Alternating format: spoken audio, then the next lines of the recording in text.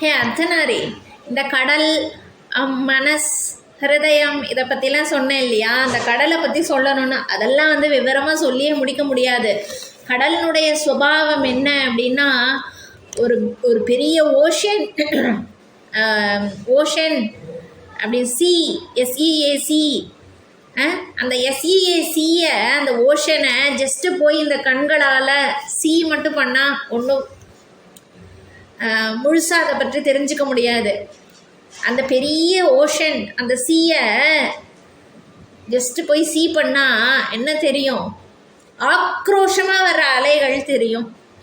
அலைகள் எங்கே பிரவாகம் எடுக்கிறது, எங்கே உற்பத்தி ஆகிறது அப்படின்னா நடுக்கடலில் உற்பத்தியாகி கொஞ்சம் கொஞ்சம் கொஞ்சம் கொஞ்சம் கொஞ்சம் கொஞ்சமாக வந்து வந்து வந்து வேகமாக அங்கே நிற்கிறதுனால மோதிட்டு போகிறது. அதில் உற்பத்தி ஆகிற எல்லா அலைகளுமே கரையில் ஆக்ரோஷமாக மோதுதான் என் மேலே அப்படின்னா கிடையாது. சிலது ஆரம்பிக்கிற இடத்துல அமைங்கி போயிடும், சிலது ஆரம்பித்து கொஞ்ச நேரத்தில் அமுங்கும், சிலது ஆரம்பித்து கொஞ்ச நேரத்தில் அமுங்கும்.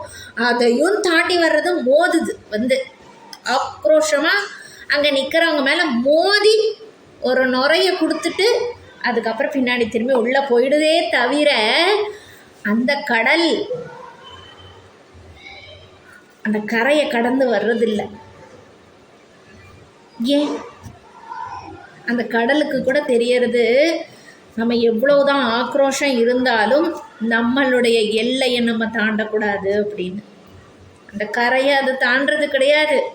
அந்த சத்தியத்துக்கு அது கட்டுப்பட்டு அந்த கரையோடு போயிடுது. கரையோரத்தில் இருந்து பார்க்குற அந்த எனக்கு கடல்னா அலை அடிச்சுட்டே இருக்கும், ஆக்ரோஷமாக வரும், அதில் மண் இருக்கும், தண்ணி உப்பு கறிக்கும், மீன் இருக்கும், இவ்வளோ மட்டும்தான் தெரியுமா எனக்கு? அது மட்டும்தான் மேலே இருந்து கரை ஓரத்தில் இருந்து பார்த்தா தெரியும். ஒரு 10 அடி 50 அடி உள்ளே போனேன்னா இன்னும் வேகமாக அடிக்கும், மூச்சு திணறி போய் வெளியில் வந்துடுவான். ஐயோப்பா முடியல, இந்த கடல் ரொம்ப ஆக்ரோஷமான பொல்லாத கடலாக இருக்கே அப்படி சொல்லிட்டு வந்துடுவேன். ஓரத்தில் இருந்தேன்னா ஜஸ்ட் அப்படியே வேடிக்கை பார்த்துட்டு ஒரு அரை மணி நேரம் அதை பார்த்து ஓஹோ அப்படி சொல்லிட்டு வந்துடுவேன். ஆனால் அவ்வளோ மட்டும்தான் கடலா? இதுதான் கடலே அப்படின்னு சொல்லிட்டு நான் வந்தேன் அப்படின்னா எனக்கு அவ்வளோதான் அறிவு. கடல் அப்படிங்கிறது முழுசாக தெரிஞ்சிக்கவே முடியாத ஒரு அரிய பொக்கிஷம்.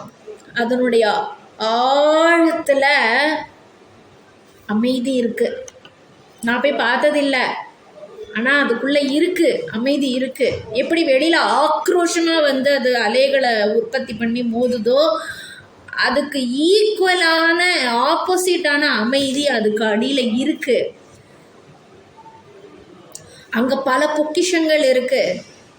அந்த அடியில் இருக்கிற அமைதி இவ்வளோ இருக்கா அப்படின்னா கடல் அளவுக்கு பெரிய அமைதி அதனுடைய ஆழத்தில் இருக்கு. கடலும் சமுத்திரம் எப்படி ரொம்ப பெருசோ அது மாதிரி அதுக்கு அடியில் இருக்கிற அமைதி ரொம்ப பெருசு. மேலேருந்து பார்க்குறவங்களுக்கு ஆக்ரோஷமான அலைகள் மட்டும்தான் தெரியும். ஸோ இந்த மனஸ் அப்படிங்கிறது அந்த கடல் மாதிரி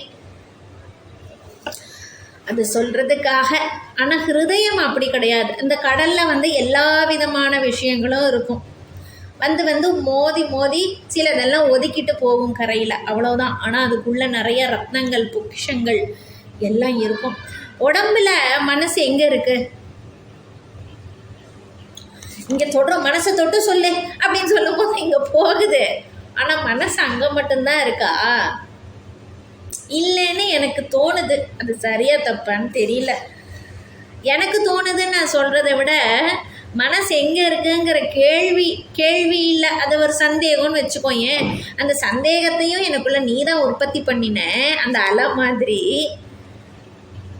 இங்கே மட்டும்தான் இருக்கா அப்படிங்கிற அடுத்த சந்தேகத்தையும் நீ தான் உருவாக்கின.